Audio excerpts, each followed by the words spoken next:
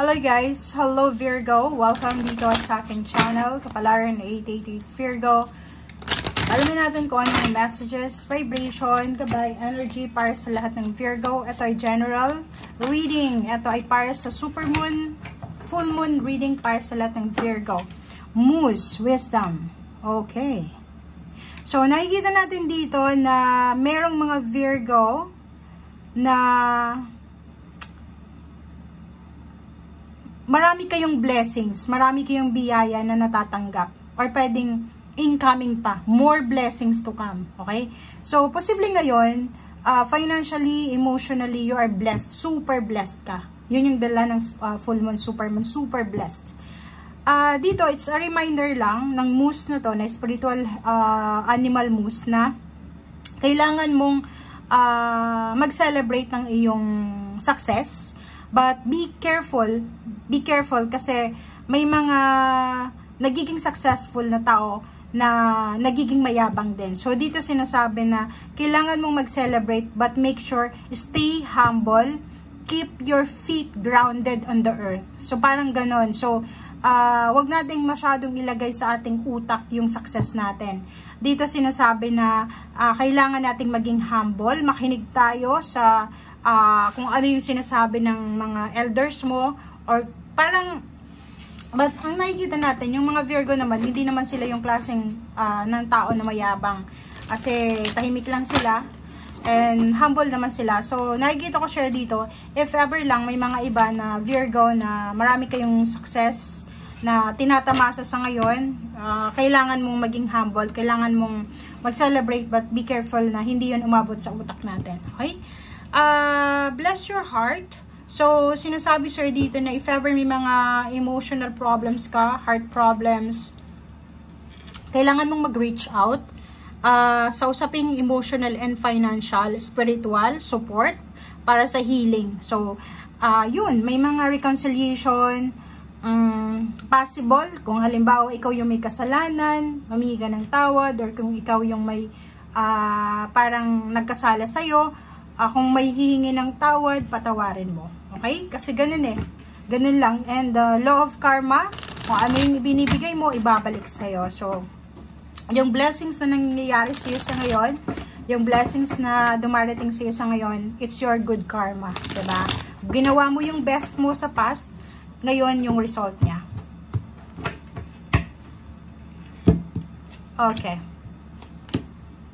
Okay, High Priestess. So, nakikita natin dito Virgo na isang napakabilis na success ng buong pamilya to. So, ibig sabihin, meron ditong mangyayari sa buhay mo na isang successful na pangyayari. It's either milagro, honor, parang ganon, high honors, parang recognition, rewards, awards. Merong family events or pwedeng may isa-celebrate yung family dahil sa success mo, parang ganon. Sinasabi ng barahan na yung nangyayari sa iyo sa ngayon, it's mayroong hidden message yung universe para sa iyo. It's either yung hidden message niyan is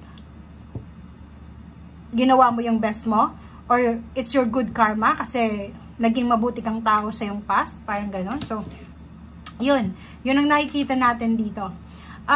Meron din ditong decision making na kailangan mong gawin. Okay? So, sumunod ka sa sinasabi ng intuition mo kasi meron ditong mga kailangan kang desisyonan.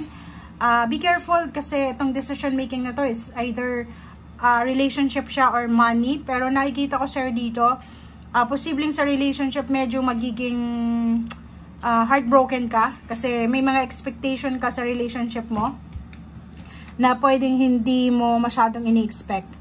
Ang nakikita ko siya dito, medyo nagkakalabuan kayo ng karelasyon mo or siguro may mga issues kayo na hindi nyo masettle-settle. May mga mag-asawa dito na yung isa Virgo, pwedeng nag-consult na sila sa counselor, nag-marriage counsel na sila pero wala pa rin nangyari. So nakikita ko siya dito na it's either ikaw or yung person mo, pareho kayong broken. Yung parang, yung past nyong dalawa ay hindi masyadong stable. Ganun talaga, di ba? Pag dalawang tao na pareho, yung past nila is parehong broken, yung past nila. Pag nagsama silang dalawa, it's either mag-heal sila together or it's either pareho silang magiging broken together. So, ay kita ko siya dito, nandito ka ba sa relationship na masaya or nandito ka sa relationship na like nagpakasal ka or hindi mo hinihiwalayan yung karelasyon mo kasi natatakot ka sa sasabihin ng ibang tao. So, kita ko siya dito yung perfection. Masyado kang nag-i-aim ng perfection, lalo doon sa relationship, doon sa mga may asawa na parang tawag dito, yung hindi na maganda yung relationship pero still together pa rin sila for the sake ng sasabihin ng mga tao. Okay? So, magician, nakikita natin isang magical information, magical blessings, magical news ang parating sa'yo. And nakikita ko physically, medyo pagod ka. So, medyo napapagod ka na. It's either napapagod ka na sa problema mo. Kailangan mo ng kalma dito. Isang Virgo ang posibleng inaalala niya ang isang water sign, Pisces, Scorpion, Cancer. Hinahanap niya yung presensya nito, lalo na ngayon. Isang Virgo din na posibleng namatayan or pwedeng Virgo na nawala ng relationship, nawala ng bahay, or pwedeng may kapamilyang nakulong, or pwedeng may Virgo na hindi masyadong stable yung trabaho niya, or pwedeng yung Virgo ay naghahanap siya ng kalinga, or pwedeng yung Virgong ito is naghahanap ng pagbabago sa buhay niya. Yung parang ang tagal-tagal mo nang nagsasuffer pero until now wala pa rin gustong tumulong sa'yo. Siguro may naaalala kang isang tao na siya yung pwedeng makatulong sa'yo but wala nang connection ka sa taong ito. So parang nakikita ko siya dito medyo hopeless, helpless ka sa ngayon. Okay? Lalo na sa emosyon. Emosyon to hindi ito pera. Wish fulfillment. Nakikita ko siya dito, may ilang Virgo lang dito na nagwe-wish sila, nagmamanifest sila ng stable relationship yung parang, yun talaga yung wini-wish ng lahat yung magkaroon ng masayang asawa talaga, masayang married life, masayang pamilya, parang gano'n. So, nakikita ko siya dito na isa yun sa minamanifest mo. May isang Virgo dito na excited siya sa bagong relationship niya, excited siya sa bagong journey na tinatahak niya, excited siya sa fulfillment ng wishes niya, parang gano'n. Etong Seer the Fool na to, it's parang emotion siya. So, nakikita ko siya dito, meron kang nararamdaman na emotion ngayon na parang gusto mong parang magsimula ulit, 'di ba? Parang mag back to zero ka.